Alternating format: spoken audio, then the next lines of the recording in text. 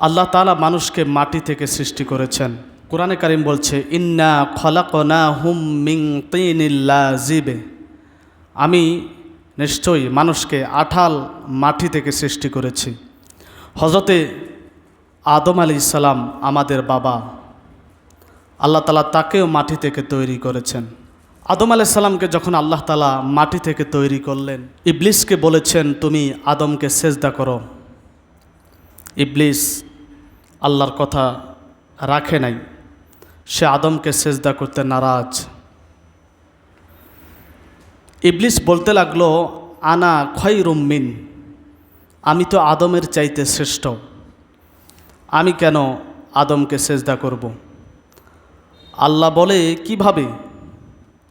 তখন ইবলিস বললেন, খলাকতানি মিন নারিন ওয়া খলাকতাহু মিন তিন, আমি ইবলিস, আমাকে তো তুমি আগুন দিয়ে তৈরি করেছ, আর আদমকে তৈরি করেছ মাটি থেকে।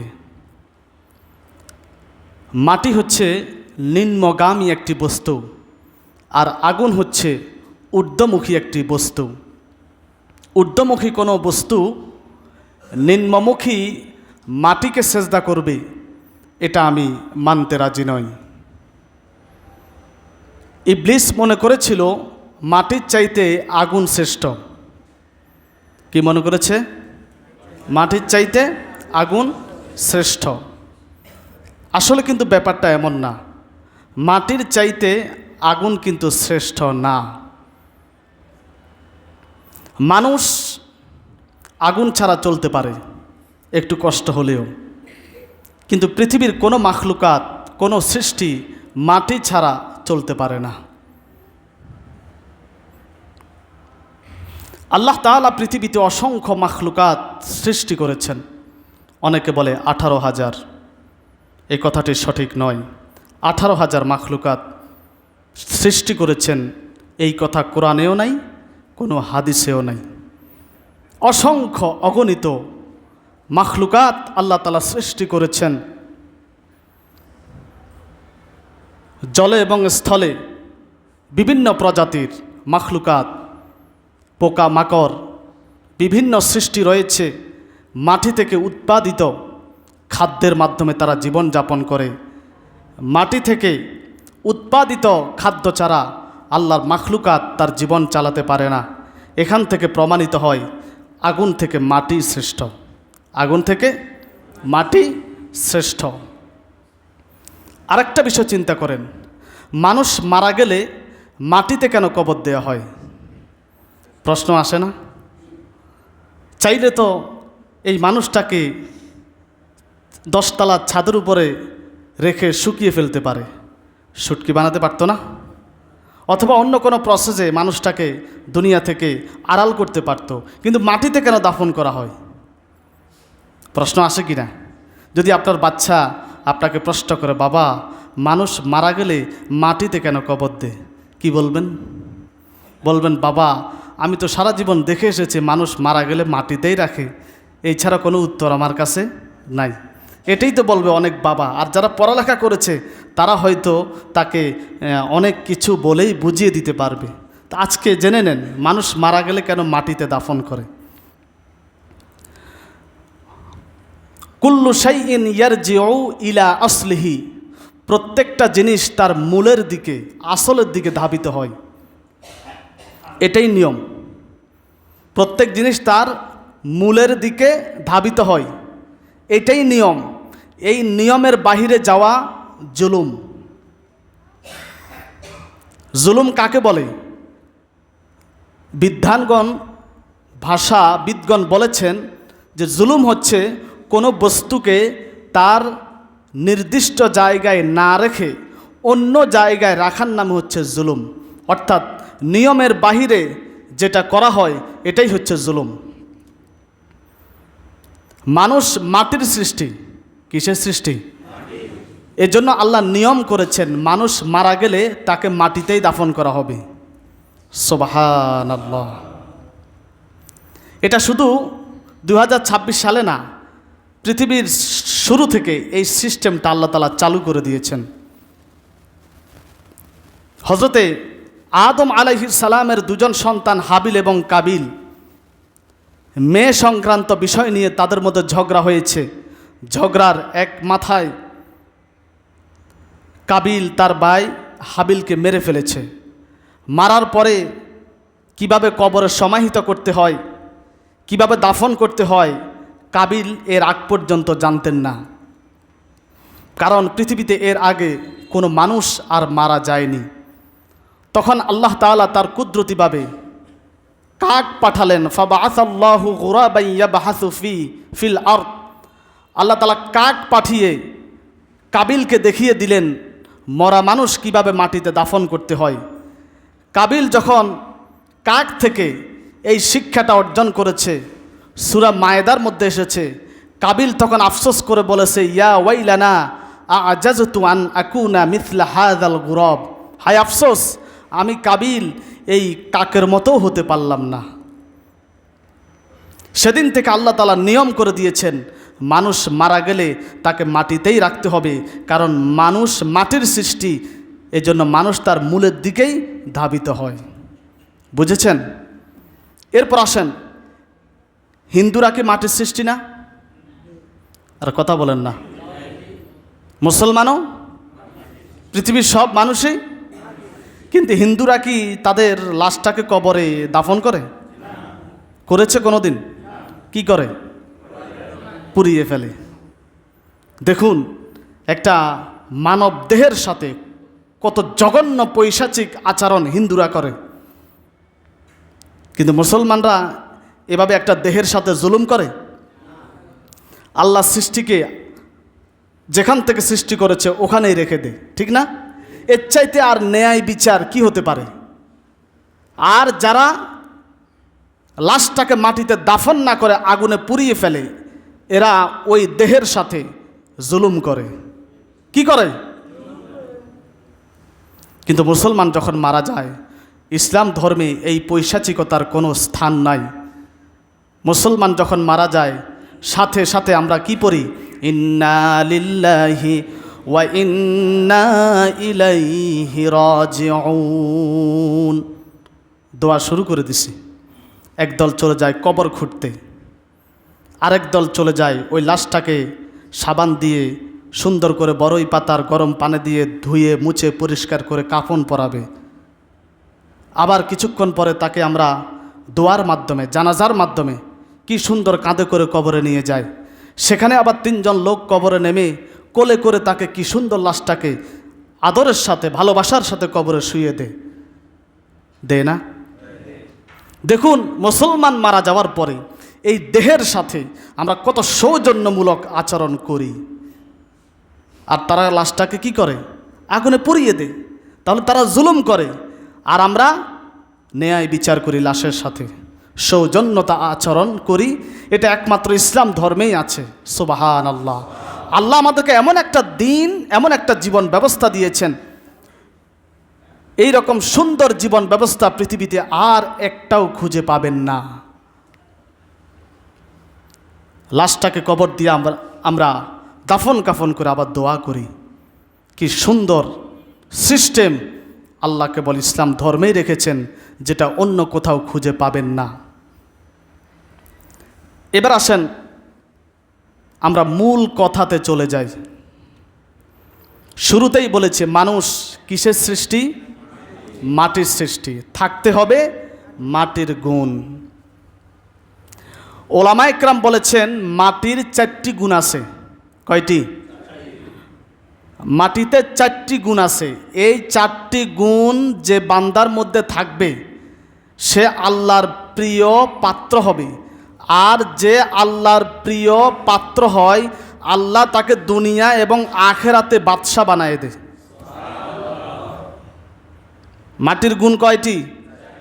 এই 4টা গুণ আমাদের মধ্যে সেট করতে হবে, যেহেতু আমরাও কিসের সৃষ্টি? মাটির সৃষ্টি। আমাদের আসল কি? মাটি। কথা বলেন, আমাদের আসল কি? আবার আমরা মারা গেলে কোথায় যাব? ওই আসলের কাছে যাব, মাটির কাছে যাব। আমরা যেহেতু মাটির সৃষ্টি, আমাদের মধ্যে মাটির 4টা গুণ থাকতে হবে। আর যে ব্যক্তি এই 4টা গুণ অর্জন করতে পারবে, সে দুনিয়া এবং আখেরাতে কামিয়াব হয়ে যাবে। মাটির 1 নাম্বার গুণ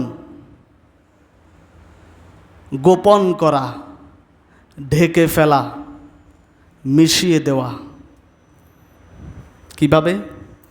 আপনি যখন মাটিতে পানি ফেলবেন, একটু পরেই দেখবেন মাটি পানিটাকে চুষে নেই কিনা? মানে কি করে ফেলেছে? গোপন করে ফেলেছে, ঢেকে ফেলেছে। আমি কি ভুল বলতেছি? কোনো জিনিস যখন নষ্ট হয়ে যায়, আমি আপনাকে বলি, ধরেন একটা আম যখন নষ্ট হয়ে যায়, ওই আমটাকে যখন মাটিতে ফেলে দেন, দেখবেন কিছু সময়ের মধ্যে 2-1 দিন বলেন, আস্তে আস্তে মাটি ওই পচা আমটাকে তার সাথে মিশিয়ে নিবে, ঢেকে ফেলবে। কিছুদিন পরে দেখবেন ওই আমটা আর নাই। আছে? আম বাদ দেন না, একটা মরা পশু মাটিতে ফেললে মাটি আস্তে আস্তে তাকে তার সাথে মিশিয়ে গোপন করে ফেলে। আমরা যখন মানুষকে কবর দিই, মাটি মানুষটাকে আড়াল করে ফেলে। আড়াল করে কিনা? তার মানে মাটির গুণ কি? গোপন করা, ঢেকে ফেলা, আড়াল করে ফেলা।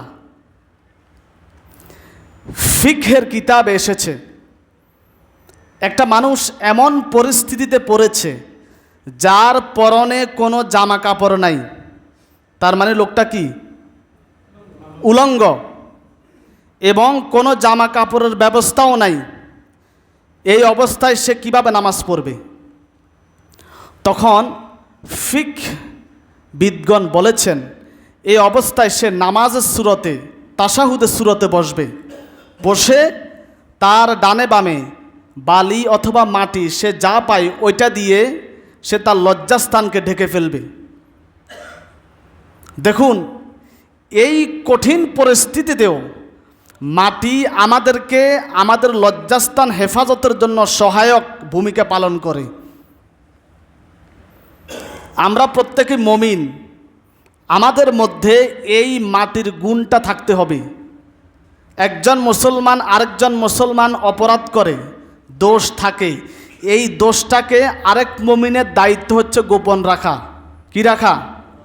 কোনো মুসলমানের দোষ ত্রুটি গোপন রাখা, এটা আরেক মুমিনের দায়িত্ব। এমন কোনো কথা বলা যাবে না যেই কথার কারণে অপর মুসলমান লজ্জিত হয়। একজন মুসলমানের কাছে আরেকজন মুসলমানের দোষ ত্রুটি কি থাকা চাই? গোপন থাকা চাই। এটা মাটির গুণ, এই গুণটা আমাদের মধ্যে সেট করতে হবে। হাদিস আসছে, মান সাতরা মুসলিমান সাতারাল্লাহু লাহু ফিদ দুনিয়া ওয়াল আখিরাহ। আল্লাহ রাসূল বলেছেন, যদি কোনো মুসলমানের দোষ ত্রুটি গোপন রাখে, আল্লাহ দুনিয়া এবং আখিরাতে তার দোষ ত্রুটি গোপন রাখবে। সুবহানাল্লাহ। হযরতে ফুজাইল ইবনে ইয়াজ রাহিমাহুল্লাহ তিনি বলেছেন, মুমিন আরেক মুমিনের দোষকে গোপন রাখে এবং তাকে পরামর্শ দেয়, উপদেশ দেয়। আর নরাধম পাপিষ্ট গুনাহগার অপর মুমিনের দোষ ত্রুটি ফাঁস করে দেয়, পেছনে পেছনে পরনিন্দা করে। মুমিন আরেক মুমিনের ভুলকে অন্যের কাছে না বলে তাকে সংশোধন করার জন্য বুঝিয়ে দেয়, উপদেশ দেয়, এটা মুমিনের গুণ। আর পাপিষ্ট গুনাহগার সে তাকে উপদেশ দেয় না, বরং তার দোষগুলো আরেকজনের কাছে বলে বেড়ায়। আছে কিনা? হাসান বসরি রহমাতুল্লাহ আলাই তিনি বলেছেন, তুমি যদি দেখো কোনো ব্যক্তি তোমার কাছে আরেকজনের বদনাম করতেছে, তাহলে তুমি নিশ্চিত জেনে রাখো তোমার বদনামও সে আরেকজনের কাছে করে। আমি ভুল বলছি?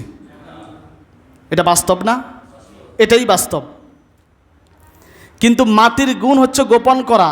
আমরা যেহেতু মাটি থেকে সৃষ্টি, আমাদের ভিতরে অপর মুসলমানের দোষ ত্রুটিগুলি গোপন করার দরকার আছে না নাই?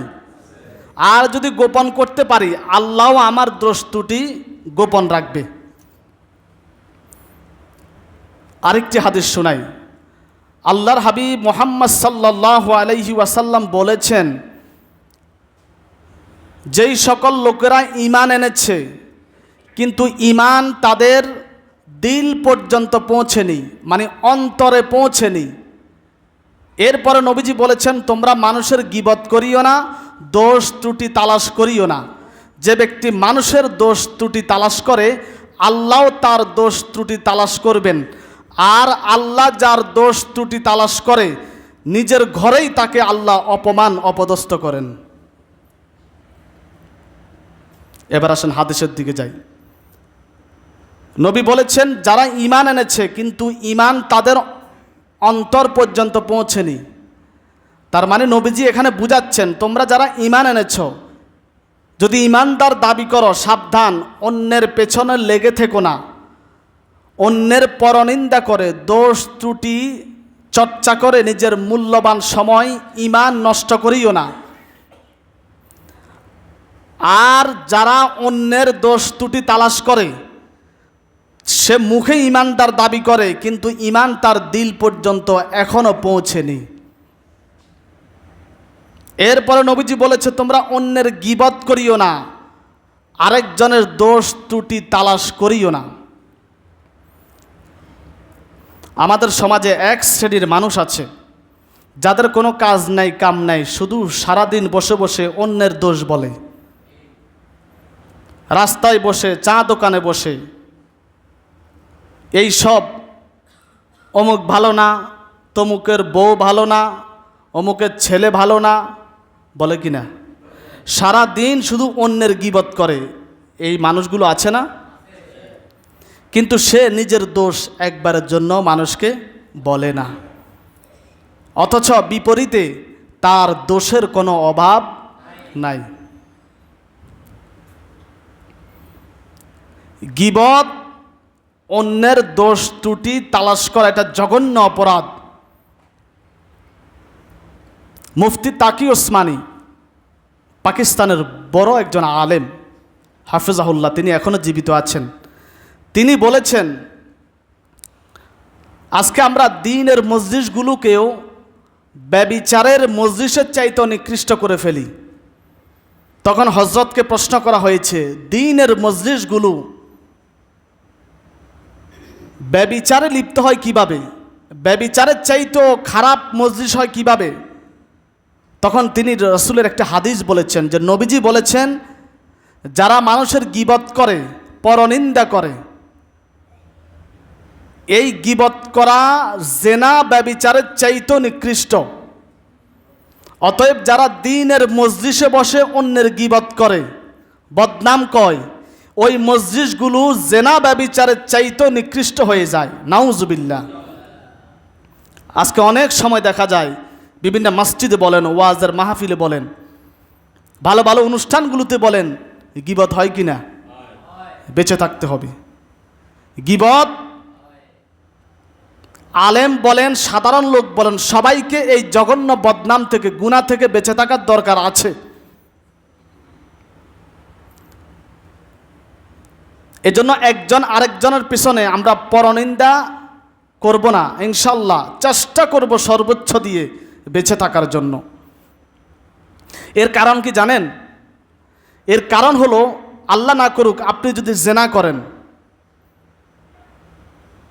ব্যভিচার করেন, আল্লাহর কাছে তাওবা করলে আল্লাহ আপনাকে মাফ করে দিতে পারেন। কিন্তু আপনি যেই লোকটার বদনাম করেছেন, গীবত করেছেন, ওই লোকটা যতক্ষণ আপনাকে ক্ষমা না করবে, আল্লাহও আপনাকে মাফ করবে না।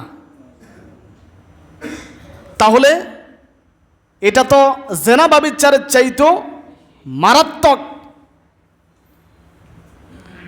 আর আমরা একটা গুনাহে সবচাইতে বেশি মজা পাই, সেটা হচ্ছে অন্যের বদনাম করতে।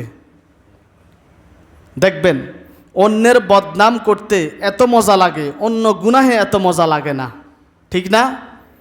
আল্লাহ আমাদের সবাইকে হেফাজত করেন গীবত থেকে, পরনিন্দা থেকে, এই জঘন্য গুনাহ থেকে আল্লাহ আমাদের সবাইকে হেফাজত করেন।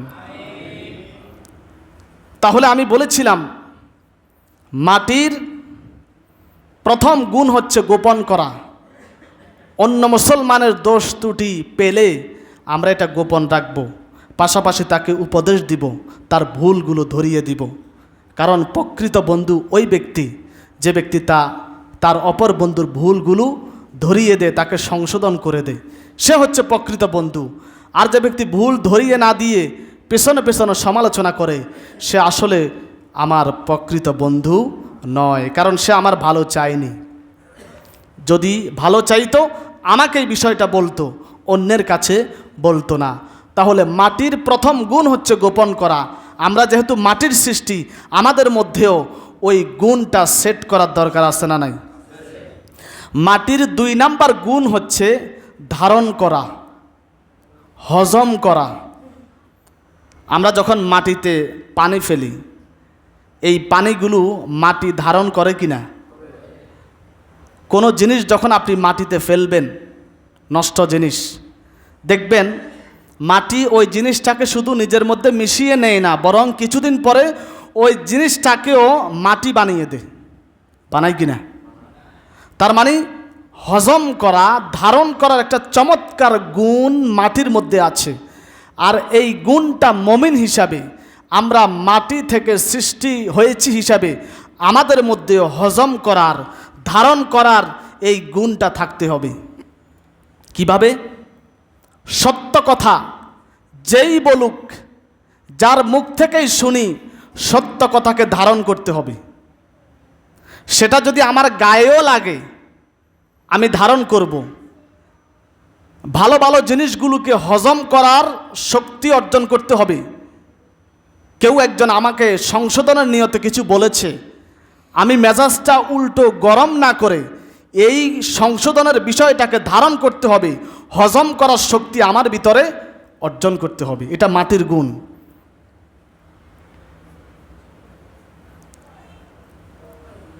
এরপর আসেন, আল্লাহর হাবিব একটা হাদিস বলেছেন, দেখেন, ইসমাউ ওয়া আতিউ ওয়া ইনিস্তুমিলা হাবাশিয়ুন কান্না রাসুহু জাবিবাতুন। তোমরা শোনো এবং গ্রহণ করো।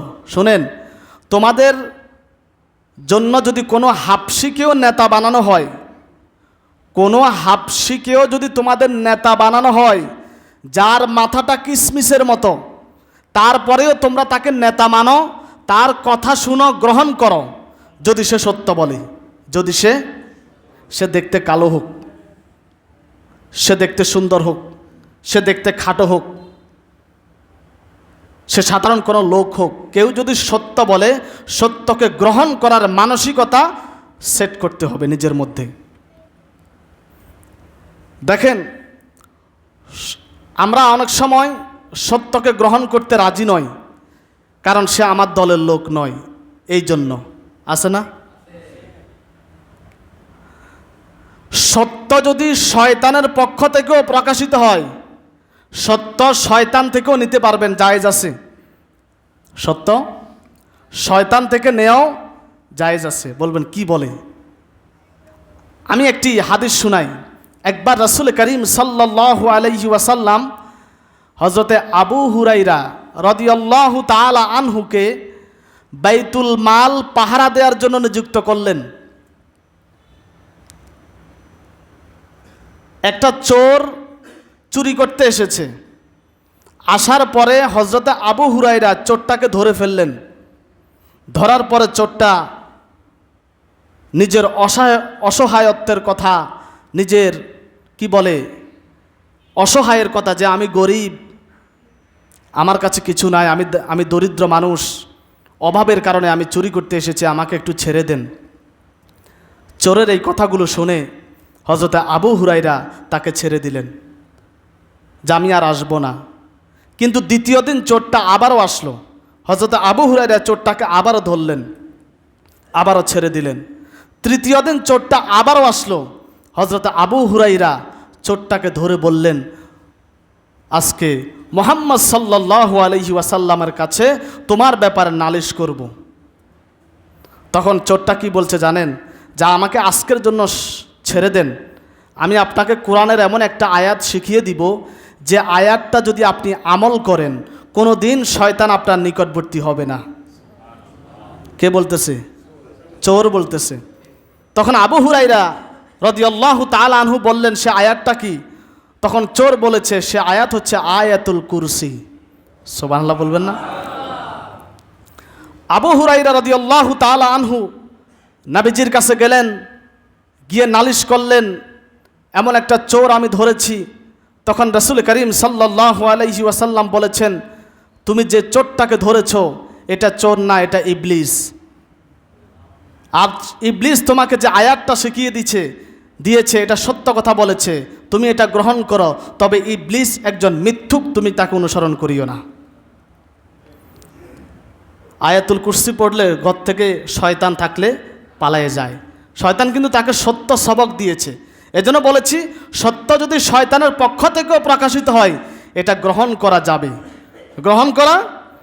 আর মিথ্যা যদি আমার মতো কোনো ইমামের মুখ দিয়েও বের হয়, গ্রহণ করার সুযোগ নাই। কিন্তু সত্যকে আমরা গ্রহণ করতে পারি না, এটাই বাস্তব। অনেক সময় সত্য গ্রহণ করতে গেলে আমার ভুলগুলো প্রকাশ হয়ে যাবে। সত্য গ্রহণ করতে গেলে আমার মানুষের কাছে আমি লজ্জিত হতে হবে। এই জন্য সত্য জেনেও অনেকে সত্য মানতে রাজি হয় না, আছে না?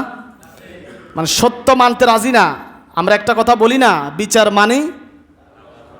বিচার মানছি তবে তাল গাছ দিব না, এমন লোক আছি না? মানে সত্য আমার কথা যে মিথ্যা এটা আমি বুঝতে পারছি, এরপরেও আমি আমার অহংকারের কারণে আমি সত্যকে মেনে নিতে রাজি হই না, আছে না? একটা গল্প বলি। একবার এক ছেলে তার মাকে বলতেছে, মা আচ্ছা তুমি বলো তো খরগোশের পা কয়টা? তখন মা বলল, খরগোশের পা হচ্ছে 4টা। কয়টা? ছেলে বলে, মা তুমি ভুল বলেছ, আমি তোমার সাথে বাজি ধরলাম, খরগোশের পা হচ্ছে 3টা। মা বলে, ছেলে তুমি ভুল বাজি ধরে তো হেরে যাবে। তখন ছেলে বলল, মা আমি তো হেরে যাব তখন, মেনে নিব যখন। আমি মানবই না, আমি বলেই যাব খরগোশের পা 3টা। এমন লোক আছে না সমাজে? নিজের ভুল বুঝতে পেরেছে, এরপরও সে সত্যকে মানবে না, কারণ সে ছোট হয়ে যাবে, তার অহংকার ধরা পড়ে যাবে। অথচ মাটির গুণ হচ্ছে ধারণ করা। সত্য কেউ যদি বলার পর আমার ভুল যদি প্রকাশিত হয়, ওই সত্যটাকে ধারণ করতে হবে, হজম করতে হবে। এই মাটির গুণটা আমাদের মধ্যে সেট করতে হবে। যেহেতু আমরা কিসের সৃষ্টি? মাটির সৃষ্টি। মাটির 3 নাম্বার গুণ হচ্ছে প্রোডাক্টিভিটি, মানে উৎপাদনশীলতা। দেখুন, মাটিতে যখন আমরা একটা বীজ বপন করি, মাটি আমাদেরকে একটা চারা গাছ দেয়। মাটি কি উৎপাদন করে? একটা গাছ উৎপাদন করে। মাটি আমাদের জন্য বিভিন্ন ফুল, ফল, ফসল উৎপাদন করে। আমরা মাটি ছাড়া চাষাবাদ করতে পারি না। মাটি আমাদেরকে অনেক নেয়ামত তার ভিতর থেকে উৎপাদন করে, বের করে দেয়, যেটা খেয়ে আল্লাহর মাখলুকাত তার জীবন চালায়। অতএব একজন মুমিন সেও একজন সৃজনশীল হবে, উৎপাদনশীল হবে।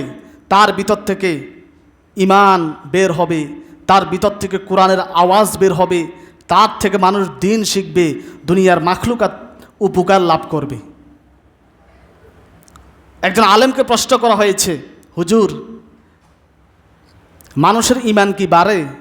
তখন তিনি বলেছে, হ্যাঁ মানুষের ঈমান বাড়ে তখন বান্দা বেশি বেশি আমল করে যখন। আবার প্রশ্ন করা হয়েছে, মানুষের ঈমান কি কমে? তখন তিনি বলেছেন, হ্যাঁ মানুষের ঈমান কমে যখন সে গুনাহ করে। অতএব কোনো মুমিন এমন কোনো কাজ, এমন কোনো আমল করতে পারে না যার কারণে তার ঈমানটা কমে যায়, ঈমানটা ধ্বংস হয়ে যায়।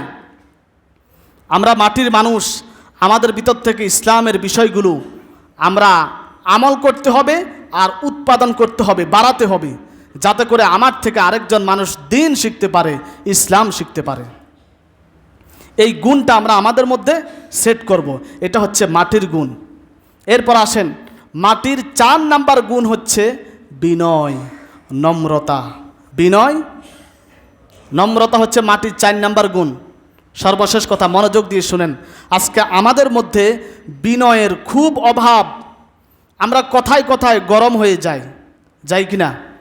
কথায় কথায় মেজাজটাকে আমরা কন্ট্রোল রাখতে পারি না। এটা কিন্তু মাটির গুণ না। মাটির গুণ হচ্ছে বিনয়, নম্রতা। কিভাবে? এই যে দেখুন, আমরা মাটির উপরে সারাদিন জুতা দিয়ে পাড়াইতেছি কিনা? মাটির উপরে আমরা বড় বড় বিল্ডিং তৈরি করি।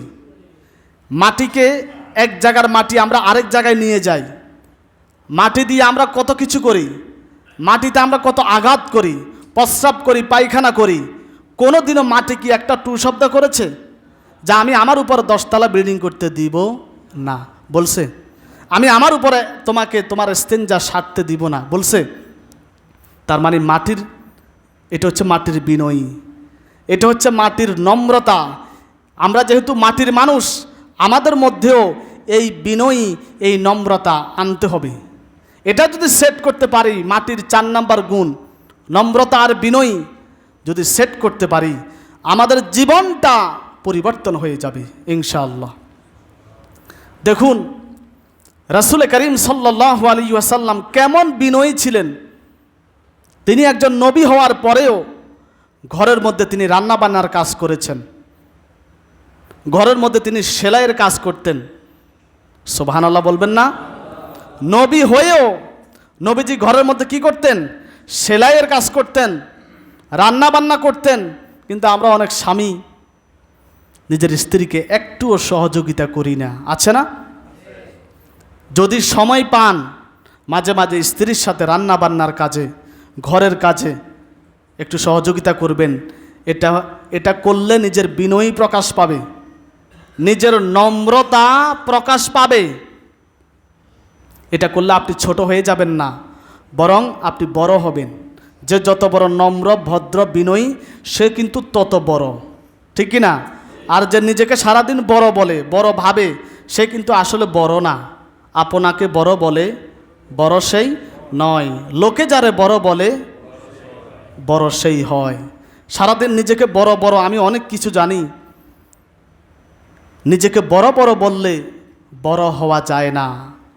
মানুষ যদি আপনাকে বড় বলে, মানুষ যদি আপনাকে জ্ঞানী বলে, আসলে আপনি প্রকৃত তখন জ্ঞানী হতে পারবেন, তখন বড় হতে পারবেন। দেখেন রাসূলের বিনয়ী নম্রতা কেমন। একদল ইহুদি নবীর কাছে আসছে, এসে সালাম দিছে নবীকে, আসসালামু আলাইকুম, আসসালামু আলাইকুম। আমাদের মধ্যেও এই রকম সালাম দে, আসসালামু আলাইকুম বলে না? এটা ইহুদিদের সালাম। কার সালাম? আমরা কি ইহুদি? আমাদের সালাম হবে আসসালামু আলাইকুম ওয়া রাহমাতুল্লাহ। ইহুদিদের একটা দল নবীর কাছে এসে সালাম দিছে, আসসালামু আলাইকুম, মানে হে নবী আপনার মৃত্যু হোক, নাউজুবিল্লাহ। পাশে ছিল হযরত আয়েশা রাদিয়াল্লাহু তাআলা আনহা।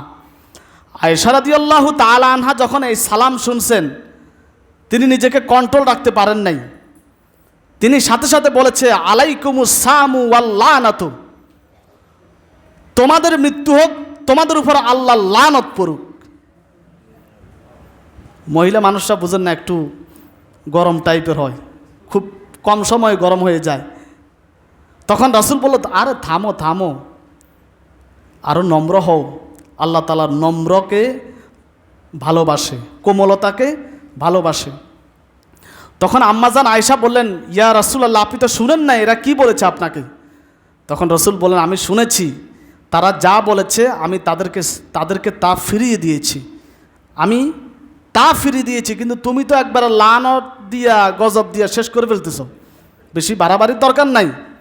তারা আমাকে যা বলছে আমি ওয়ালাইকুম বলে তা ফিরিয়ে দিয়েছি। রাসূল বলেছেন, যারা যত বিনয়ী হয়, নম্র হয়, আল্লাহ বিনয়ী মানুষের উপরে যত রহম করে, কোনো কঠিন মেজাজওয়ালা মানুষের উপরে ওই রকম রহম করে না। অতএব কোনো কিছু বেশি বাড়াবাড়ি করা ঠিক না, নম্র হতে হবে, বিনয়ী হতে হবে। যেমন অতীতে বহু বুজুর্গ আলেম ছিল, তাদের আমলের কোনো কমতি ছিল না, এরপরেও তারা সারাদিন নিজেকে শুধু ছোট করতেন মানুষের সামনে, ছোট করতেন। আমাদের স্বভাব কি? খালি সারাদিন নিজেকে বড় বড় মানুষের সামনে শুধু বড় করে প্রকাশ করি কি না? দেখেন মালিক ইবনে দিনার রহমতুল্লাহি আলাই, তিনি কিন্তু তাবেই ছিলেন। তাবেই কারা?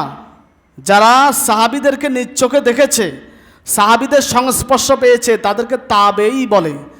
মালিক ইবনে দিনার আল্লাহর একজন বড় বুজুর্গ বান্দা ছিলেন, আলেম ছিলেন, মুহাদ্দিস ছিলেন। তিনি একটা ঘটনা তার জীবনে তুলে ধরেছেন। তিনি বলেছেন, একটা বছর সব সময় আমার মন শুধু আমাকে বলে আমার ভিতরে ইখলাস আছে।